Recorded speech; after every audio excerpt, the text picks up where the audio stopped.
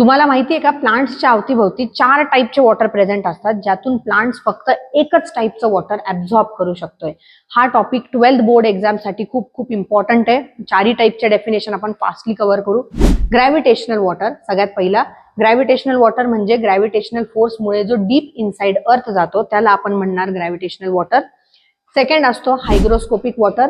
Hygroscopic water म्हणजे असं water जे सॉइल पार्टिकल्सला टाइटली बाइंड झालेलं आहे, ज्याच्यामुळे प्लांट्स त्याला ऍब्झॉर्ब करू शकत नाही, त्याला आपण म्हणणार हायग्रोस्कोपिक वॉटर. थर्ड आहे कंबाईन्ड वॉटर. सॉइल मध्ये काही मेटल प्रेझेंट असतात, लाईक ॲल्युमिनियम, सिलिका, यांच्यासोबत वॉटर कंबाईन होतं आणि हायड्रेट्स फॉर्म करतं. हे पण वॉटर प्लांट ऍब्झॉर्ब करू शकत नाही, म्हणून कंबाईन्ड वॉटर सुद्धा युजफुल नाहीये.